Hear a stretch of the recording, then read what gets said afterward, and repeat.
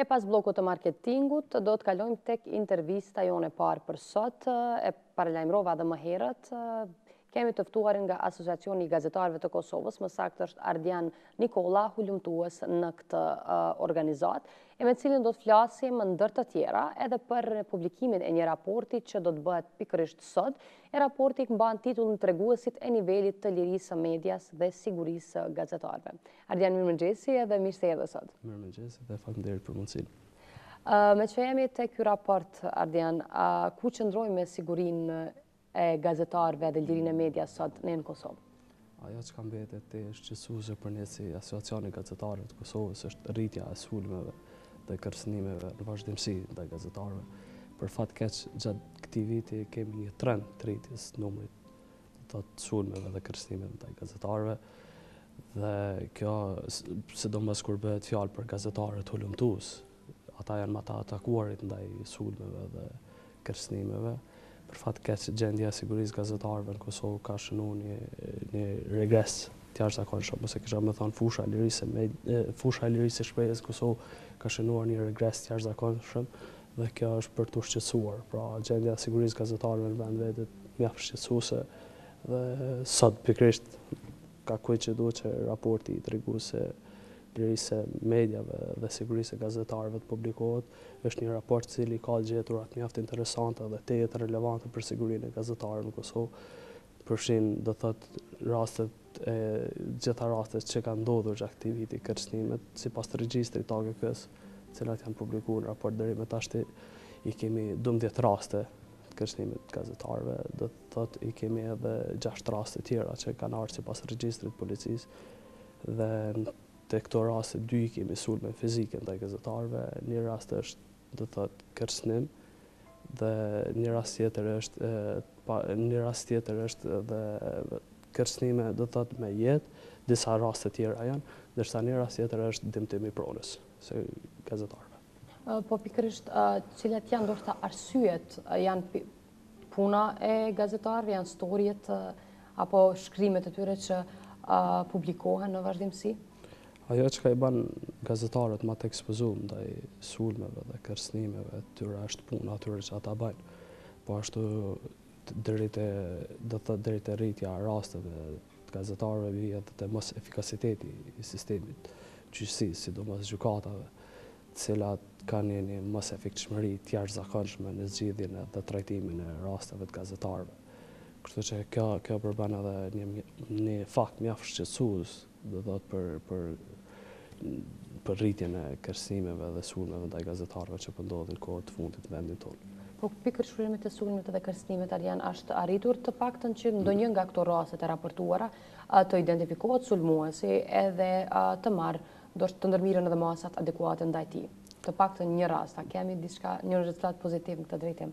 Të paktën në rastet e këtij viti që ka ndodhur nuk kemi një rast tillë për fat keq, edhe pse kohëve të fundit ndaj gazetarit Parimëlluri do të thotë janë publikuar imazhe të sulmuesve, po askush ala nuk ka arrit që të bashkëpunojë me policinë ose policia të identifikojë ata sulmues.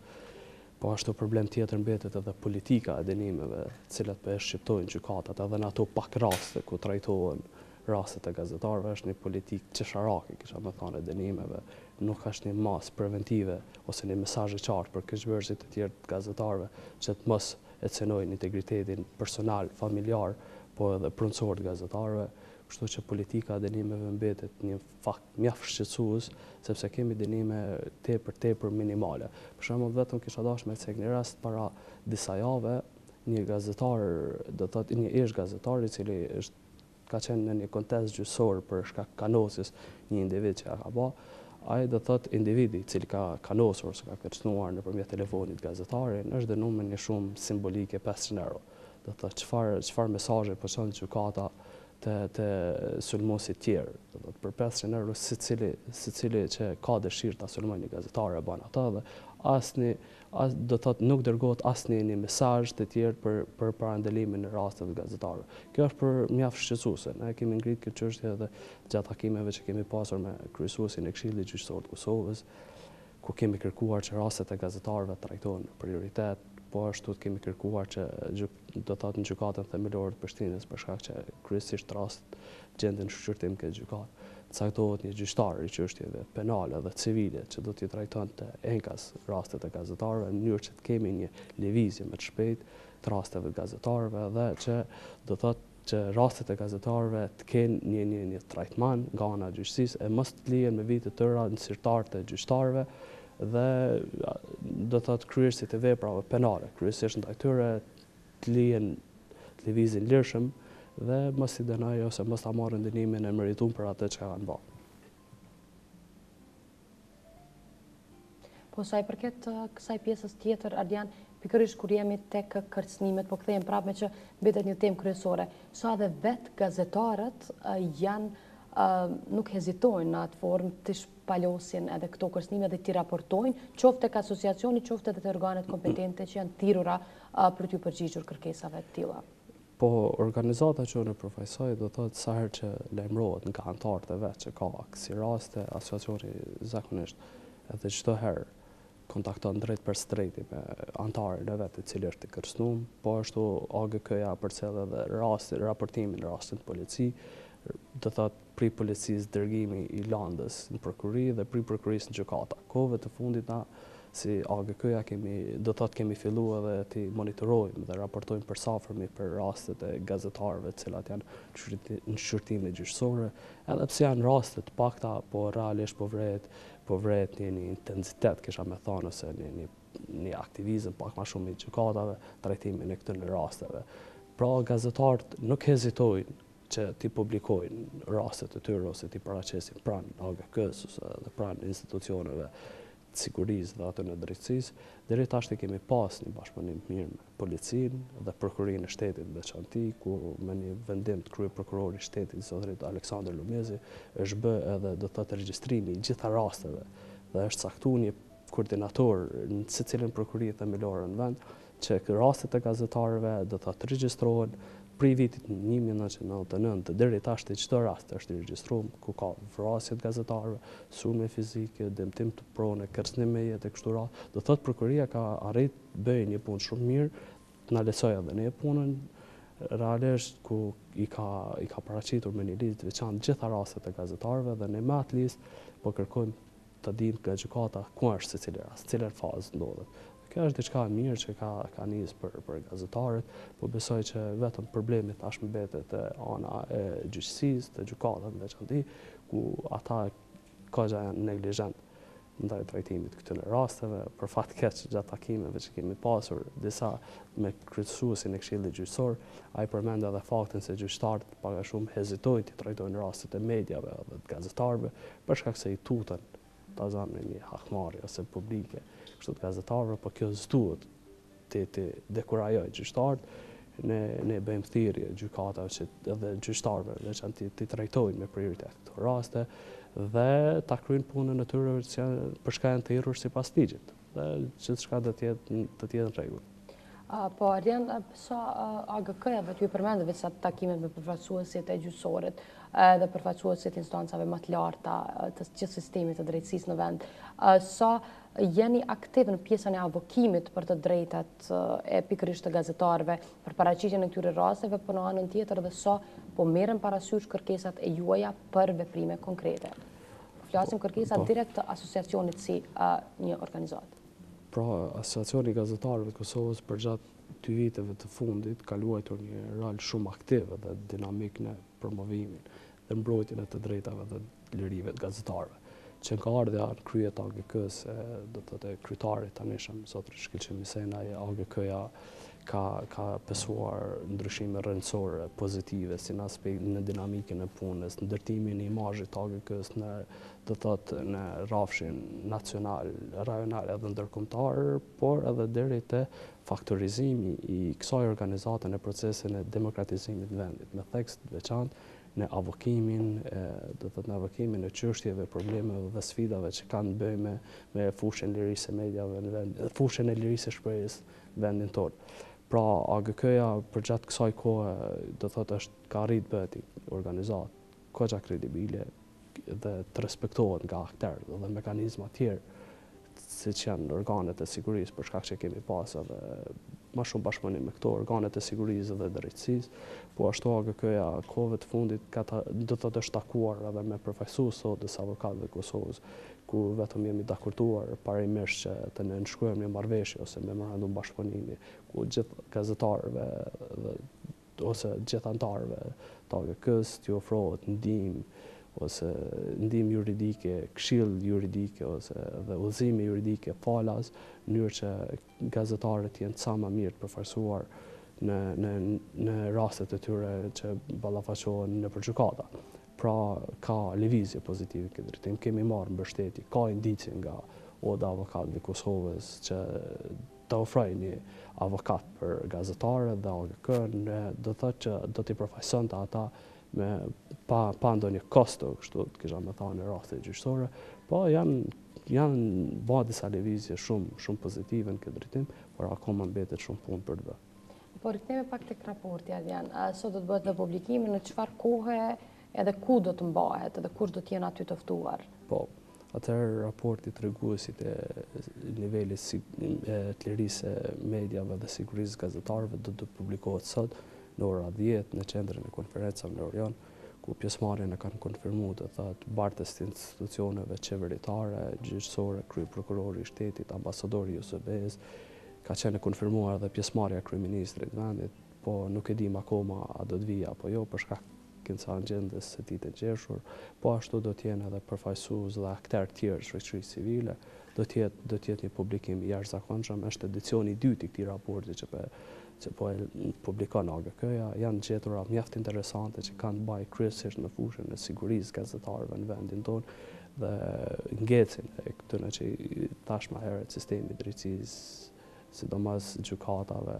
Kështu është një raport i cili ka gjetura mjaft interesante.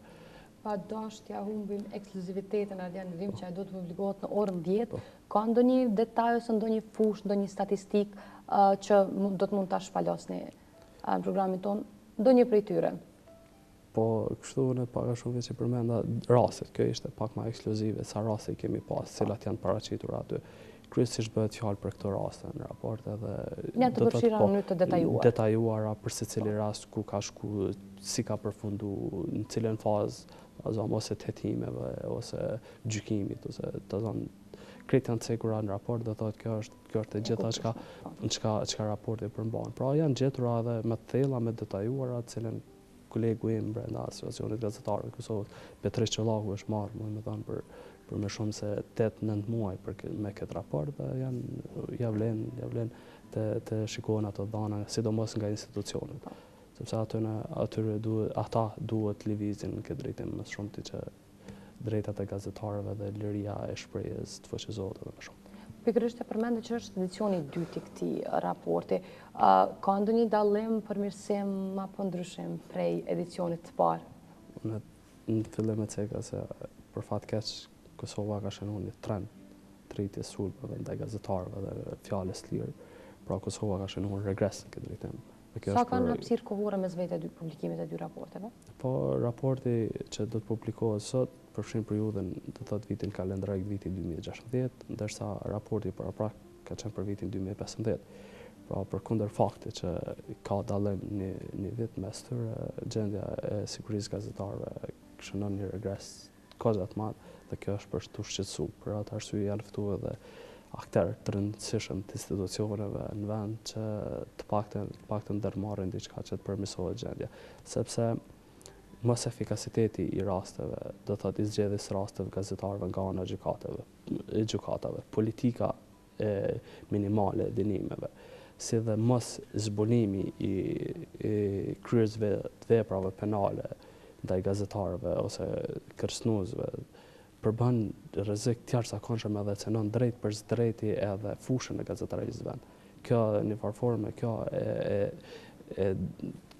kisha me thonë që kjo të paktën nuk e krijon një ambient sigurt për gazetarët. Dhe kjo është një tregues mjaft i rëndësishëm, sidomos raporti për gjendjen ku jemi. Është për fat keq se gjendemi në këtë situatë dhe rastet e gazetarëve dhe liria e shprehjes duhet të fuqizohet edhe më shumë, sidomos institucionet legjizlatuese në vend duhet ta kryejnë shumë më shumë me produktivitet dhe efektivitet punën e tyre. Besoj që edhe sot këto detaje mjaft shumë do të diskutohen në kuadër të turizmit, që përmend edhe ti keni disa prej aktorëve kyç që pikërisht mund të bëjnë ndryshime në këtë drejtim.